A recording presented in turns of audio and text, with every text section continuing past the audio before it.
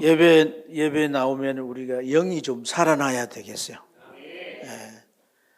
그래서 하나님을 향하여서 우리가 좀 마음을 활짝 열고 기대하는 마음을 가져야 해요. 예. 토요일 저녁 세상에 바쁜 것 저런 거에 연속선상이 되면 안 돼. 지금 주님 앞에 왔어요. 할렐루야.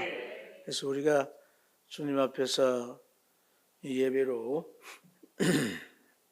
나갈 때 주의 성령께서 여러분들을 만지시는 역사들이 있길 축복합니다. 우리나라에 여러 방들이 많아요. 이를테면 노래방으로 시작해서 찜질방, PC방, 대화방, 또 이상한 채팅방 또 이런 방들이 있는데 중국의 문희보라고 하는 신문에 중국에도 아주 이색적인 방이 생겼다는 거예요. 그 방이 어떤 방인가 하니까 쿠바라는 이름의 눈물의 방이랑 눈물방도 이제 생겼다는 거죠. 그래서 이 눈물방은 뭐냐면 울고 싶은 사람들이 거기 들어가서 우는 거예요. 그래서 사람 하나 들어갈 수 있는 방이 돼 있고 거기에 들어가면 책상, 의자도 있고 또 눈물 흘리면 닦으라고 이제 휴지도 있고 눈물이 안 나오면 이렇게 고춧가루를 물을 타가지고 눈물 나오게 하고 심지어는 이 체류탄 체류제까지도 있다고 합니다. 그래가지고 이제 눈물을 흘리다가 감정이 북받치면 또 누군가가 떠오르면서 밉지 않겠어요? 그때 던지라고 인행도 두고 유리컵도 두고 이렇게 해가지고 스트레스도 풀고 한껏 울고 그러한 눈물방이 있는데 이게 중국 돈으로 50위안이니까 우리나라로 한 7,500원 정도예요. 그게 난징이라는 곳에 처음 세워졌는데 이게 성업리에 잘 돼가지고 상하이에도 세워졌는데 사장이 중국 31개 성 시마다 다 세우겠다고 포부를 발핀. 어쨌든 거기에 오는 손님들이 대개 10명 중에 8명이 여자분들이란 거예요.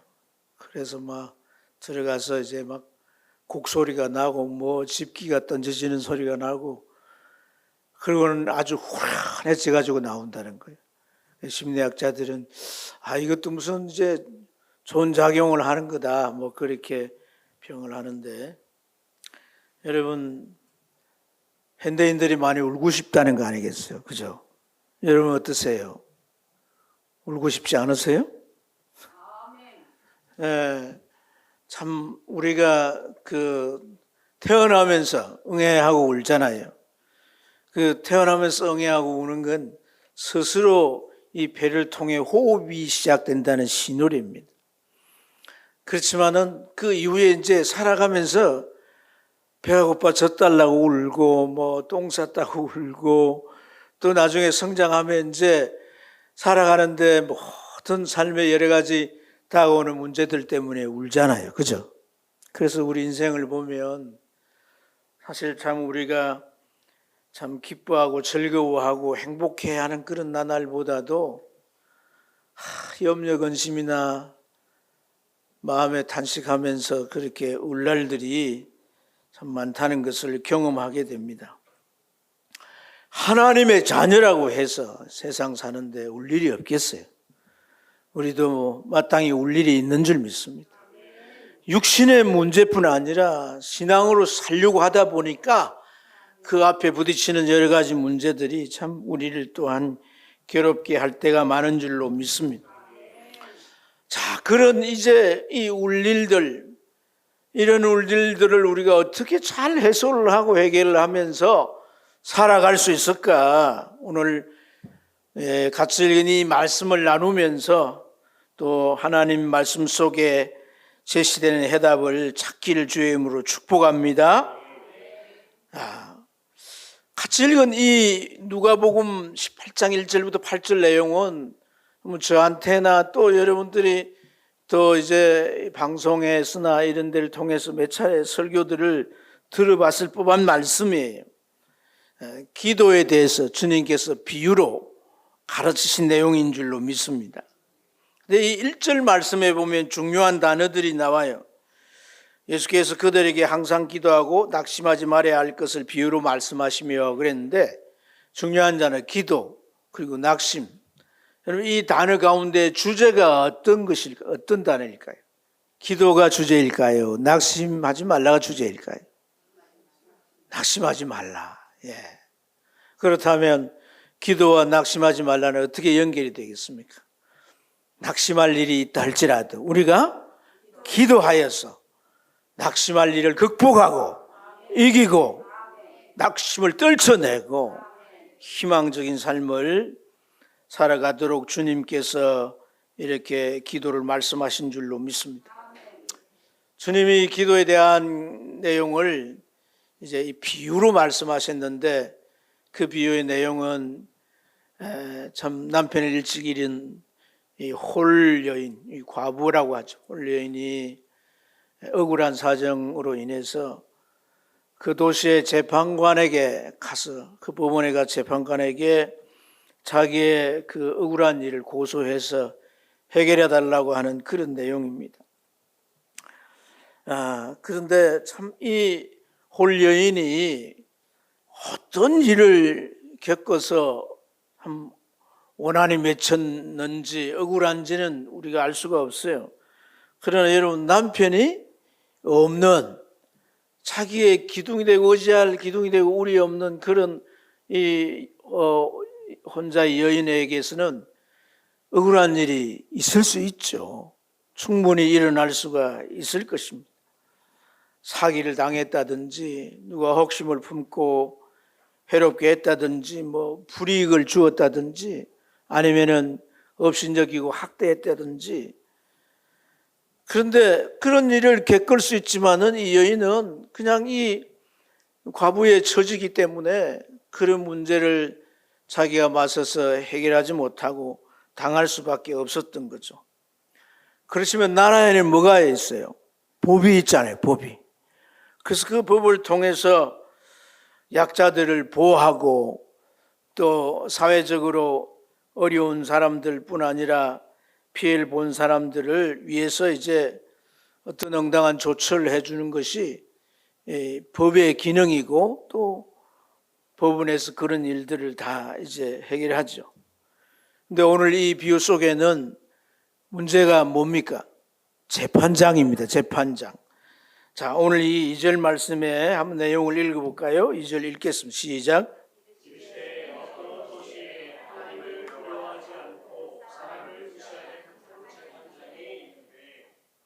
예. 여기 재판장이 있는데, 이 재판장은 하나님을 두려워하지 않는데요. 또 하나는 사람을 무시해버리는 거예요. 그러니까 그 도시에서 법으로 모든 재판하는 것에 관장하는 최고의 지위를 가진 사람인데, 사람을 무시하면 자기 마음대로 재판을 할 수도 있겠죠.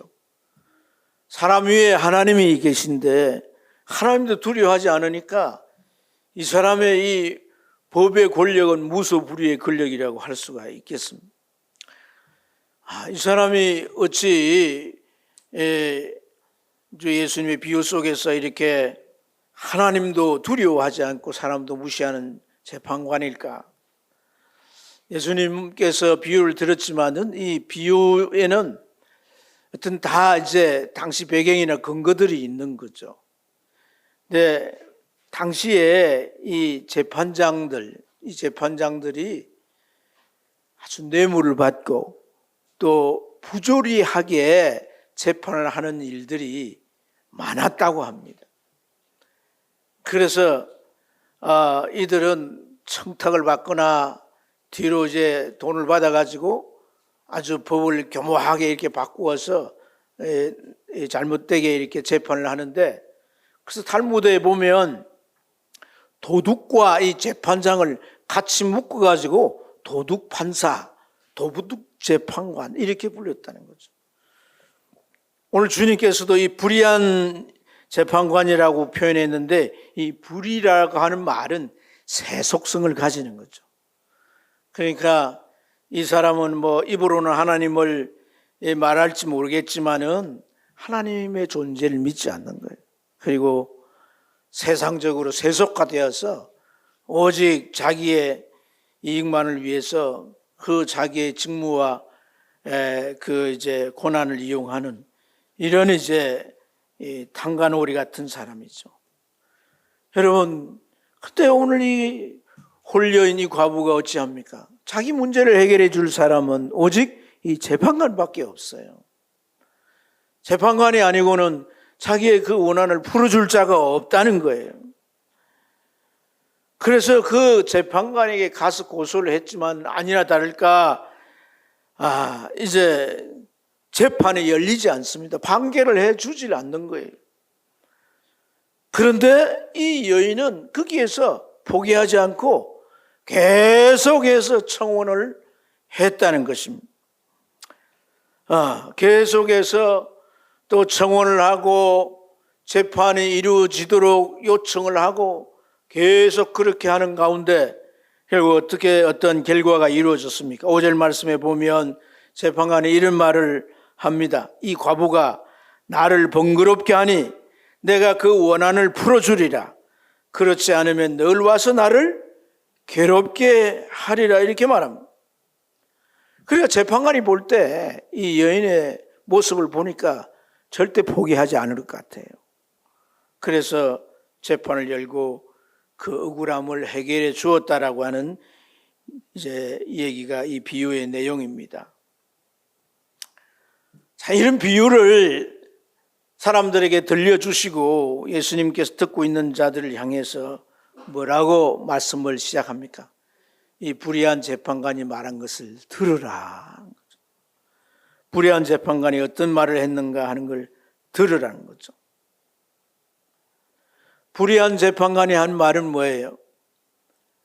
과부의 그 모습을 보면서 내가 이 재판을 열어가지고 이 여인의 문제를 해결해 주지 않으면 안 되겠다라고 하는 그런 그의 말이지 않습니까? 여러분, 재판장은 어떤 이제 고소건이 들어와도 그걸 이제 심리를 열어서 잘 해서 판결을 해 줘야 되죠. 그게 그의 직무입니다. 하지만 이 사람은 어떤 성향의 사람이에요. 하나님도 두려워하지 않고 사람도 무시하니까 과부의 신분이니까 더더욱 뭐 무시해도 아무런 문제가 될 수가 없죠. 그러한 성향의 재판관이었지만은 오늘 이 과부는 그의 성향이 어떠하든지 간에 그가 재판관이니까 내가 고소해서 이 문제를 갖다 관철시키고 법의 판결을 받겠다라고 하는 결연한 의지, 이러한 굳센 의지를 재판관의 말 속에서 주님은 잘 담아 놓으신 줄로 믿습니다. 사랑하는 여러분, 오늘 이 말씀에 대해서 우리가 참 중요하게 받아들이고 깨달아야 되는 게 뭡니까? 예수님이 재판관이라고 하는 사람의 성향을 설정하기를 하나님도 두려워하지 않고 사람도 무시한다. 이 사람의 성향이라 이 말이죠. 그렇죠. 그러면 과부의 입장에서 이 재판관이 내 문제를 유일하게 해결해 줄 사람인데 하나님도 두려워하지 않는다. 사람을 무시한다. 나 같은 사람은 뭐 아예 하지 않게 취급할 건데, 그러면 내가 고소를 해봤자 이거 혼일이네. 그런 생각을 할 수도 있다 이 말이죠. 지레짐작할 수 있는 거예요. 여러분, 우리가 이 지레짐작이라고 하는 것, 그 미리 넘겨 짚는 것을 말합니다. 신앙생활하면서 우리가 기도해야 할 그러한 상황 앞에서 이런 지레짐작하는 우리의 습성이 있다는 걸 기억해야 됩니다. 이래서 안 될 거다, 저래서 안 될 거다, 기도해봤는데 전에 안 되더라, 해보니 안 된다고 하지 않느냐, 저런 상황에는 뭘 해도 안 된다, 이러한 이 지레짐작, 이것이 마치 병처럼 우리에게 도져서 하나님 앞에 나아가지 못하는 이러한 문제를 우리가 이야기할 수가 있습니다. 사랑하는 여러분, 오늘 이 홀여인은 재판관이 어떤 성향의 사람이든지 간에 그 사람이 내 문제를 해결해 줄 유일한 대상이기 때문에 그는 모든 지레짐작을 다 내던지고 그 앞에 가서 이제 고소하고 그 일을 진행했다는 것을 이 말씀을 통해서 우리가 깨달을 수가 있습니다. 여러분, 오늘 주님은 이 기도를 통해서 이 비유를 통해 우리에게 가르치고자 하는 것은 뭐냐면 바로 믿음입니다. 믿음이 무엇인가를 우리가 좀 더 깊이 있게 이해하고 잘 깨달아야 할 줄 믿습니다. 이 낙심과 이 기도를 이어주는 그 사이에 뭐가 들어가야 되느냐? 믿음이 들어가야 된다는 거예요. 여러분, 믿음이라고 하는 게 뭐예요? 믿어지는 거죠. 내가 믿어져야 되는 거죠. 자, 눈을 떠서 이리 보세요. 믿음이라고 하는 것은 내 마음에 믿어지는 것인데 중요한 것은 이 믿음에는 반드시 과정이 있다는 거예요. 마음에 믿어지는 것으로 믿음의 전부가 아니라는 거예요.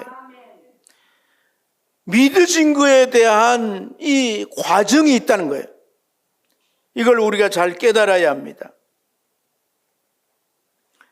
진짜 믿음은 하나의 과정을 만들어내는 거예요.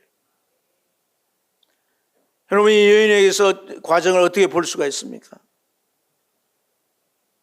자기의 이 억울한 사정이 원한을 풀 수 있는 사람은 재판관이에요. 그러나 이 사람은 하나님도 두려워 않고 자기 같은 사람을 아예 무시할 사람입니다. 하지만은 그러한 선입견을 이 사람은 극복합니다. 이게 과정인 거예요, 과정. 그 다음에는 계속해서 이제 그 앞에 가서 청원을 하는 겁니다. 오늘가 안 되면 내일가 하고, 내일가 안 되면 또 모레 가서 하고 하는 과정이 진행됐다는 거예요. 그래서 여러분, 오늘 여기에 이 여인이 한 행동에 대해서 재판관이 뭘 어떻게 느끼는가를 말씀해 주는데, 재판관이 한 말을 들으라 해서 주님이 하신 말씀 가운데 재판관이 한 말 가운데 두 마디가 중요한 거예요. 하나는 뭐냐면 나를 번거롭게 했다는 거예요. 또 하나는 나를 괴롭힐 것이라는 겁니다. 여기 번거롭게 했다는 것은 이 여인이 와서 자꾸 성가시게 해서 자기 일에 지장을 초래했다는 그런 의미예요.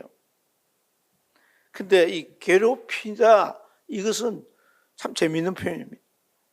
이 히포피아조라는 말인데, 히포라는 말은 아래라는 뜻이에요.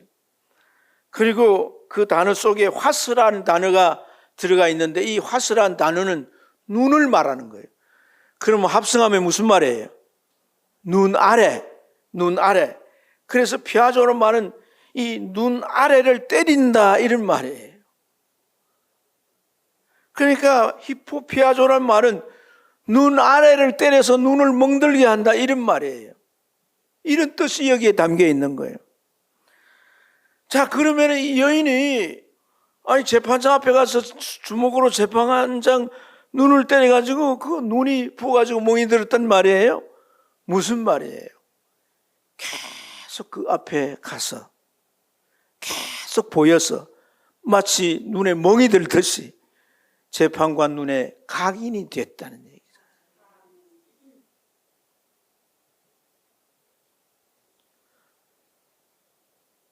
고소를 해놨어요. 그런데 재판이 안 열려요. 그런데 이 여인은 가만 포기하지 않고 또 갑니다. 어떻게 되는가 물어봅니다. 직원에게. 안 열렸다고. 그래 돌아가라면 돌아왔지만 또 갑니다. 계속해서 이제는 재판장 앞에, 재판장이 출근하는 그 시간 앞에 갑니다. 그래서 재판장 눈앞에서 계속 말하고 얘기하니까 그 눈에 뭐가 됐어요? 각인이 된 거예요. 각인.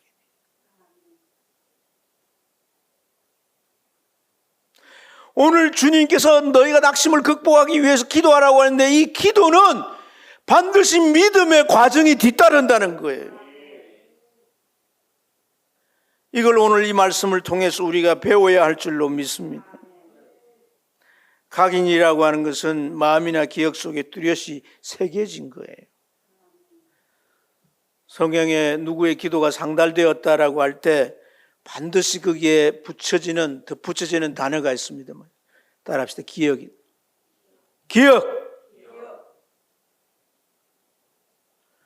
하나님이 그 기도를 하나님이 받으셨는데 그 받으신 것을 상달이라 그래요. 상달. 하나님께 올려졌다는 거죠. 그런데 하나님이 뭐 하셨다? 기억하셨다. 기억하셨다. 한 예로 고넬로의 기도를 보십시오. 사도행전 10장 3절 4절 말씀에 보면 하루는 제9시쯤 되어 환상 중에 밝히보며 하나님의 사자가 들어와 고넬로에 하니 고넬로가 주목하여 두려워 이르되 주여 무슨 일이니까 천사가 이르되 내 기도와 구제가 하나님 앞에 상달되어 뭐 하신 바 되었다고요? 기억하신 바 되었다. 기억하신 바 되었다는 거예요. 여러분, 하나님은 그냥 이렇게만 하시는 게 아니라 하나님 앞에 각인되듯 기억시키라고 하는 그런 이제 표현을 쓰십니다. 민수기 10장에 보면 이스라엘 백성들을 가나안으로 인도하는 데는 그들이 행동하는데 신호를 만들기 위해서 나팔을 이제 가지고 그걸 불게 합니다. 나팔을 크게 불거나 길게 불거나 여러 번 불거나 이렇게 해가지고 그 나팔을 하나님과 백성 사이에 신호가 되게 하는 거예요. 그러면 그게 있을 때 하나님은 그들 보시고 움직일 때 움직이는 모습을 보시는 거예요. 적이 쳐들어왔을 때는 그 대적과 싸우러 나가는 자기 백성을 보시는 거예요. 그러면서 너희가 나팔을 불 때 내가 너희를 기억하고 너희 대적에서 내가 너희를 구원하리라. 기억하겠다는 거예요. 각인이 돼야 기억이 되는 거죠. 각인이 돼. 네. 각인이 돼야 돼요. 고넬로가 그러잖아요. 10장 2절에 그가 경건하여 온 집안에 더불어 하나님을 경외하며 백성을 많이 구제하고 항상 기도하였더니 항상이란 이 과정이 기억이 된 거란 말이에요.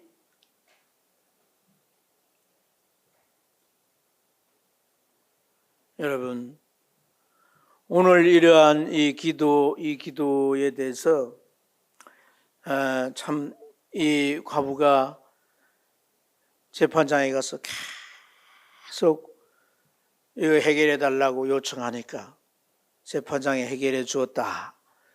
이런 식의 이제 그 표현들도 많고, 오늘 이 본문과 더불어서 우리가 지난 금요일 나누었던 떡 세 덩이 비유 이런 것도 강청함으로 준다 그러잖아요.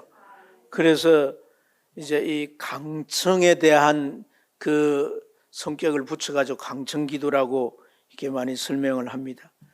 물론 틀린 말은 아닙니다. 그러나 여러분, 더 중요한 것은 믿음의 과정이란 거예요.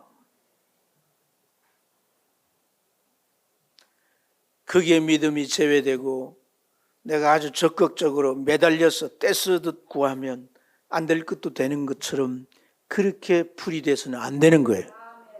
아멘입니까? 이 여인의 문제 해결은요, 재판장에 가야 되는 거예요. 이웃집에 뭐 어떤 아저씨가 해결해 주는 거 아닙니다. 동네 유지가 해결해 주는 거예요. 재판관에 가야 되는 거예요. 그러니까 믿음이라고 하는 것은요, 막 억지를 쓰고 막 내가 막 애가 달아서 정성을 들이면 되는 어떤 그런 게 아니라는 거예요. 믿음에는 근거가 있는 겁니다.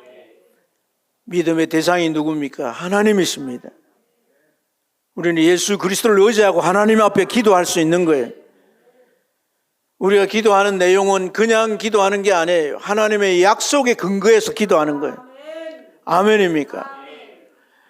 이 여인의 억울한 사정은 법적으로 그걸 재판장에 해결해 주도록 법이 명시되어 있는 거예요. 그처럼 이 믿음이라고 하는 것은 그러한 이 절차를 따라 할 뿐 아니라 거기에는 우리의 어떤 그 선입견이나 그 과정에서 인내하지 못하는 그런 문제들을 극복해 나가는 그런 과정이 필요하다는 거예요. 여러분, 우리 기억해야 되는 게 있습니다.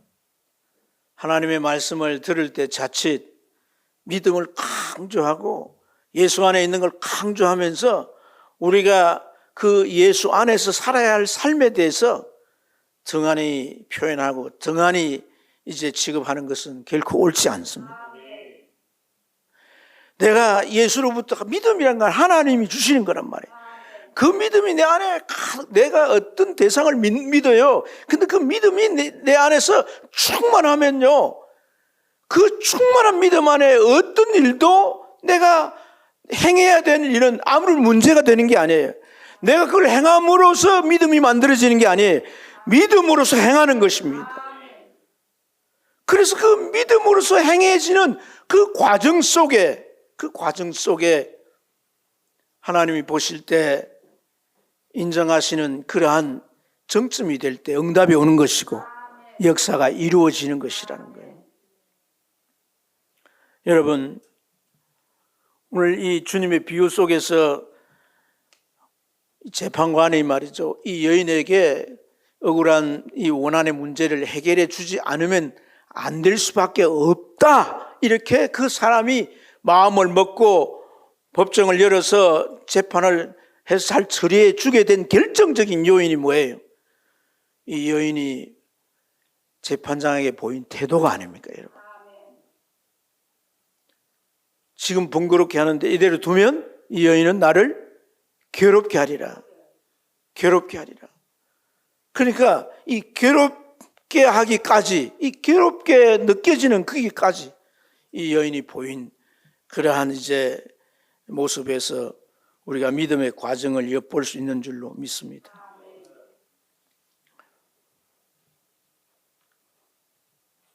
주님께서 오늘 이 말씀의 마지막 부분에서 이렇게 표현합니다. 하반절에 보면 그러나 인자가 올 때 세상에서 믿음을 보겠느냐. 여러분, 우리가 이 세상이 참 마지막이 된다 할지라도 우리는 결코 하나님에 대한 믿음이 뚜렷해야 할 줄로 믿습니다. 7절 말씀에 보면 이렇게 표현합니다. 하물며 하나님께서 그 밤낮 부르짖는 택한 자들의 원한을 풀어주시지 않겠느냐, 그들에게 오래 참으시겠느냐. 이 하물며라고 하는 것은 비교 부사입니다. 그러니까 재판장과 하나님을 비교하는 거죠. 재판장은 그냥 판결을 해주는 사람인데 이 사람의 성향은 하나님도 두려워하지 않고 사람을 무시하는 그런 좋지 못한 재판관이에요. 좋은 재판관과 비교해도 이 사람은 아주 안 좋은 재판관이잖아요. 그런데 하물며 하나님은 이런 재판관과 비교할 수 없는 분이라는 거예요. 뿐만 아니라 마태복음 7장에 보면 11장에 주님이 이런 말씀합니다. 악한 자라도, 악한 부모를 두고 하는 말인데, 악한 부모라도 자식에게 좋은 것을 줄 알거든. 또 거기에도 하물며라는 표현을 합니다. 하물며 하늘에 계신 너희 아버지께서 구하는 자에게 좋은 것으로 주시지 않겠느냐, 이렇게 말씀합니다. 부모도 악한 부모와 좋은 부모가 있잖아요. 악한 부모라도 자식에게는 좋은 걸 준다는 거예요. 먹을 걸 주고 입을 걸 주고 자식에게 부양하는 것이 부모가, 그것은 누구라도 어떤 부모라도 한다는 거예요. 그런 그 악한 부모와 나를 비교할지라도 내가 너희들에게, 그 택한 너희들에게, 그리고 밤낮 부르짖어 구하는 너희에게 내가 응답하지 않겠느냐. 여러분, 오늘 이러한 이 말씀을 통해서 우리가 하나님에 대한 생각들을 좀 새롭게 가질 필요가 있는 줄로 믿습니다.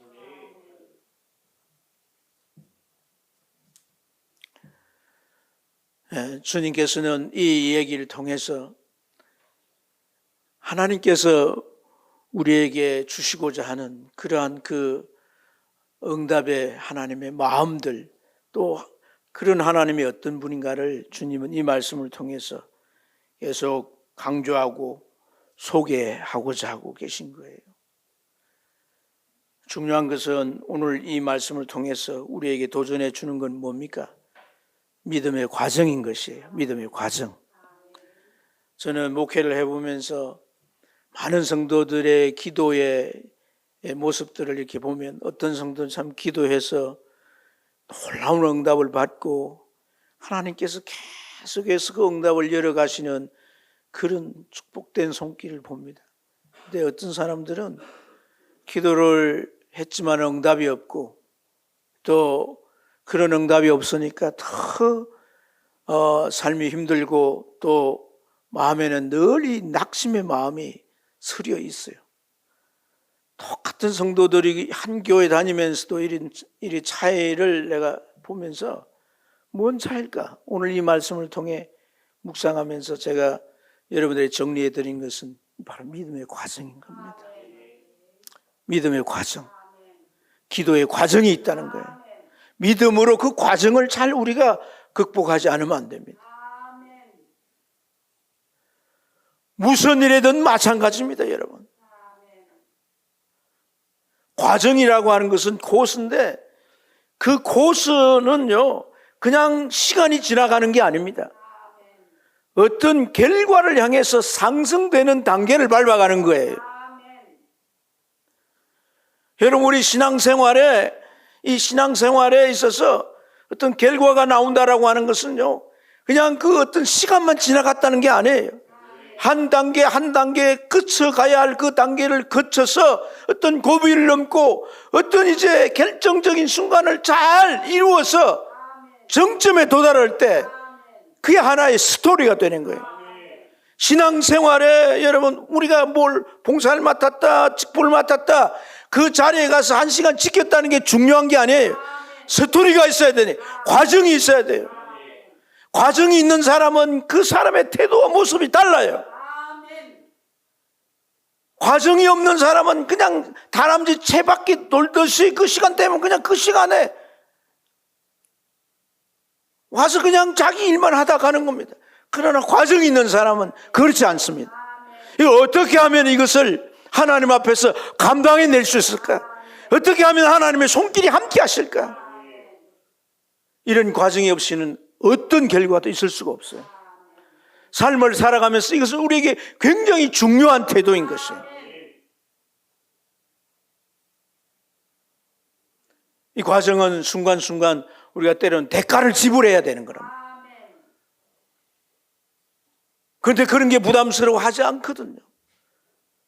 그럼 그 과정은 시간만 지나갔을 뿐이지 어떤 코스는 지나간 게 아니에요.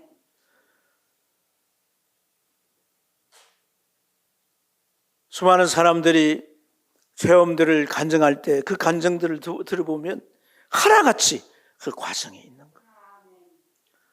이런 과정이 없는 신앙생활은요, 절대 발전이 있을 수가 없고 살아계신 하나님의 그 손길을 체험할 수가 없습니다. 사랑하는 여러분, 오늘 우리는 어떠한 일 앞에도 낙심하지 말아야 할 줄로 믿습니다. 낙심이라고 하는 것은 마음을 잃다, 지쳐 포기하다 이런 뜻이에요. 기도하다가 기도 자체를 우리가 낙심할 때가 있지 않습니까? 그래서 기도 자체를 포기할 때가 있어요. 그러나 여러분, 응답이 없다 할지라도 기도하는 그 순간에는 내가 주님 안에 있는 거예요. 하나님의 손에 붙들려 있다는 사실을 깨달아요. 그래서 비록 우리가 깨달지 못하고 연약하고 우리가 하나님의 인도를 제대로 받을 수 없는 그런 믿음의 아직 어린 시기에 있다 할지라도 내가 기도할 때 하나님은 나의 걸음을 인도하셔서 그 코스를 밟게 하신다는 거예요. 저는 오늘 이 기도의 말씀을 준비하면서 우리 성도들이나 또 일꾼들이나 모두가 참 이 기도에 대한 생각들을 더 깊이 가지면 좋겠습니다.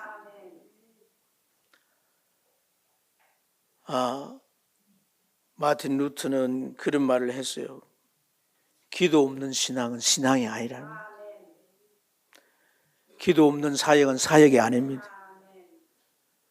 기도 없이는 우리 신앙이 제대로 될 수가 없습니다. 사실 어떤 면에서 이 기도의 시간을 통해서 우리의 신앙이요, 좀 더 구체적인 것들이 정리가 되어지는 거예요. 이 기도 시간을 통해서 하나님과의 관계 속에서 내가 분별이 생겨지고 뭘 붙잡아야 될지, 어떻게 살아갈지가 정돈되어지게 돼요. 그래서 신앙생활에 있어서 이 기도는 반드시 뒤따라야 되는 거예요.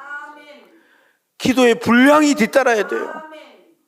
이 기도가 과정이 있는 기도여야 되고 믿음의 기도가 되어져야 돼요. 그럴 때 우리는 이 기도 세계를 통해서 하나님의 선한 일들의 열매를 만들어내는 그런 축복된 삶을 살 수 있을 줄로 믿습니다. 밤낮 그 부르짖는 택하신 자들이라 그랬어요. 밤낮 기도만 하라는 얘기는 아닙니다. 그러나 밤낮이 24시간이잖아요. 의식 있는 동안에 우리가 하나님 앞에 구하는 것입니다. 하나님을 향해 바라는 것입니다. 하나님을 향해 간절한 소원을 가지고 그렇게 나와 기도하십시오. 이 교회 안에 기도 응답이 없는 게 아닙니다. 기도 응답이 있습니다. 놀라운 간증들이 없는 게 아닙니다. 간증이 있습니다. 여러분, 기도의 과정을 붙잡아야 되는 거예요. 그 과정을 붙잡고 나아가는 저와 여러분 되시길 주의 이름으로 축복합니다. 기도하겠습니다.